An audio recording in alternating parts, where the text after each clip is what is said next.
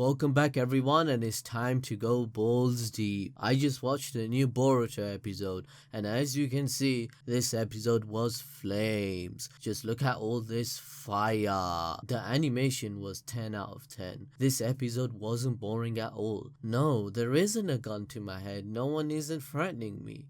Yay.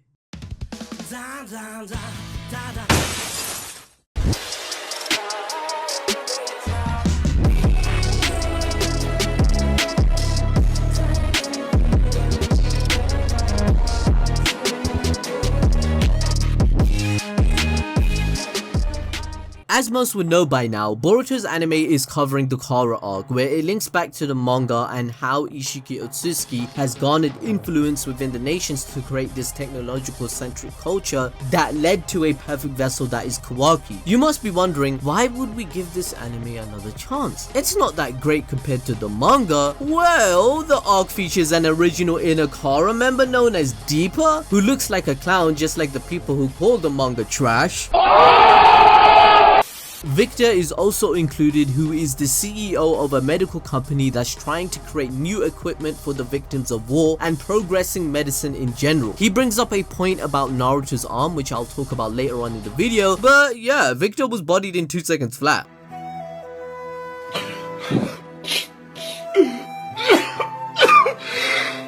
By the way, the new Kara member DEEPA is actually a feminine Indian name meaning lamp or light. So shout out to the Indian fans for making it on this video, fam. Thank you for supporting me. Chalo sare bande subscribe karo and smash the like button. Help me out, fam. Tell all your Indian fans, tell all your Indian friends, subscribe to this channel, bruh. Hello, how are you? I am under the water. Please help me. Here too much raining. Anyway, we see DEEPA on top of a cliff, as you do in most shonen to make someone look epic as fuck, and he's eating a devil fruit and jumps off a cliff and dies. I'm joking. But the episode then cuts to Boruto training with Sasuke, appearing to give him some advice. Boruto initially breaks the training board due to some foreshadowing of his karma adding power to his body. We find out later what this power is in chapter 29, mind you, when he trains with Kawaki. So if you want to know all about the karma seal abilities, we have done a video already explaining it all in the pinned comment. Sasuke informs Boruto from his experience that blindly seeking an enemy without knowing their circumstance or intent invites only death. This is of course from his lessons he learned of killing his own brother Itachi Uchiha, amongst other things. Sasuke tells Boruto to focus on his training to become a capable shinobi that could carry out his mission successfully. Don't become someone like him who left the village at a young age due to ambition and blind eagerness for power, otherwise he will become a burden during battles. Wait a second, let's not act like he wasn't. Boruto, nigero! Mission failed. We'll get them next time. Boruto listens to Sasuke and he covers his karma mark with a glove to not raise attention. He is told to gain experience to learn from others as missions provide him this opportunity. It then cuts to their mission, which is a C rank mission to find a missing person. Boruto says what we're all thinking, by the way, like bruh, isn't there a mission that can test their skills a little more? I mean, I was wondering this myself, fam. Imagine you hired Konoha Shinobi, right, for a mission, and Team 25 showed up, for example. I would be pissed! Oh man, you're just ruining it. Look at my lips, you're ruining it. Ruining the So they go on this mission where Konohamaru, Trashimaru meets his old friend named Mugino, where they haven't seen each other in for years. Boruto tries to be a nice guy, but the dude has a terrible attitude due to the issues he has witnessed regarding wars during his 3-year mission. He explains on the boat that he had to mediate in conflict-heavy areas, explaining the geopolitical issues with the other villages and nations that the 5 great nations such as the fire, water, wind, earth, and lightning are not witnessing it as much due to the peace treaty Naruto created. Major wars have not occurred, but that was only for the great nations. Smaller nations actually increased in violence. Now you're probably getting upset and wondering, why is Boruto the anime making Hokage Naruto look bad? And that's a good question, because I believe it's not trying to. It's just being realistic to how politics works in real life, as Naruto always tried to represent a parallel between the two when it came to such topics. For example, if Naruto was the president of the United States during a warring period, just stick with me here please. But if Naruto was the president of the United States, right, he would indeed be able able to create peace between major nations. However, he wouldn't be able to complete goals such as solving world hunger or poverty in poorer continents, for example. This is because of the neoliberal market and capitalism that exists in the world that would stop him from completing those political ideologies. Now, I'm not saying Naruto would be against capitalism here, but in real life we have lobbying, right? Which is kind of like legal bribery. Whereas in Naruto, it is the case of the daimyo who are bribed by Isshiki Otsutsuki with money, or other corrupt businessmen like Victor that make sure the culture suits their desires. The point is, one man's dream is another man's nightmare. When someone is at the top, someone else has to be at the bottom, right? That's the cyclic nature of how the world works currently, and Boruto is trying to represent the progression of such a world. My point is, Naruto is not a bad guy or in the wrong for not fixing every smaller nation's problems, because his responsibility and priority is complete with Konoha. However, as a person, he still strives to fix it all by doing his best. Obviously, no one is perfect, and getting rid of Isshiki Otsutsuki would fix a lot of major issues, but Naruto would have to create new laws about technology or creating other prosperous opportunities for other nations to gain liberation. At the same time, Naruto needs to be made aware of these issues directly that adheres to his Hokage duties to have some sort of control in the matter, and this could happen when Naruto witnesses the truth about Koji about how Amada created him using Jiraiya's cells. By the way, please can we let that jigen name live on by copying that merch? Long live jigen! There's a 10% off code with Boruto 48. But going back to this flame ass episode, it was 10 out of 10, guys. It's not boring at all, because from there they camp out in the forest and Mugino says go to sleep after you eat your food. We'll be walking all day tomorrow. Then Konohamaru appears out of thin air, as Naruto characters have been doing this since the dawn of time, and out of nowhere gives a full-blown explanation as to why Mugino is such a stick in the mud. Then, the next day, they instantly make it to the land of valleys, even though it's supposed to be a full day journey and they don't look tired at all. They then go to the gate of the village, and then they are met by a random NPC girl. She explains that a medical equipment company was once established here where there used to be nothing. It attracted lots of super smart scientists, dude, including her husband. Shut the fuck up. It turns out her husband is the one Boruto and his buddies are looking for. Man, the plot really thickened here. Who would have guessed that a random NPC girl would be connected to the missing dude? Bruh. Then she mentions that the company her husband works for has a fetish for animal shit. That is super gross, actually. I can't even hype that up. Oh, fuck. It's then revealed that the company is super suspicious and won't tell her anything. So she went behind their back somehow in a way that will never be explained in the episode to get a hold of the Leaf Village. She then asks Boruto and his pals to save her husband because she totally believes she's alive. And because this is called Boruto, of course he accepts.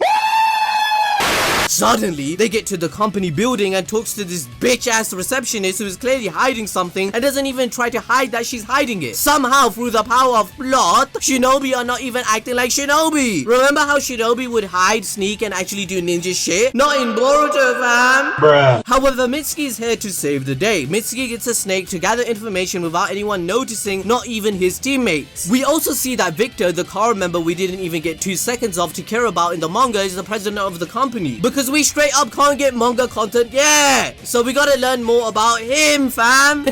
I'm trolling so hard. I'm sorry, guys, if you woo! Anyway, the bitch-ass receptionist kicks them all out conveniently after Mitsuki gets the information they need. Then it's revealed that this isn't just a mission to find a missing man, but a rescue mission to save endangered plants. Boy, I tell ya, this episode just lays it on thick with its plot twists and fire moments. So now there is a search party sent. The wife goes on about her husband and how he's been at the waterfall before and that he would take her there too. One day I do wish, you know, when is my wifey coming, man? Bro, when am I gonna be able to go to the waterfall? I still see a shadow.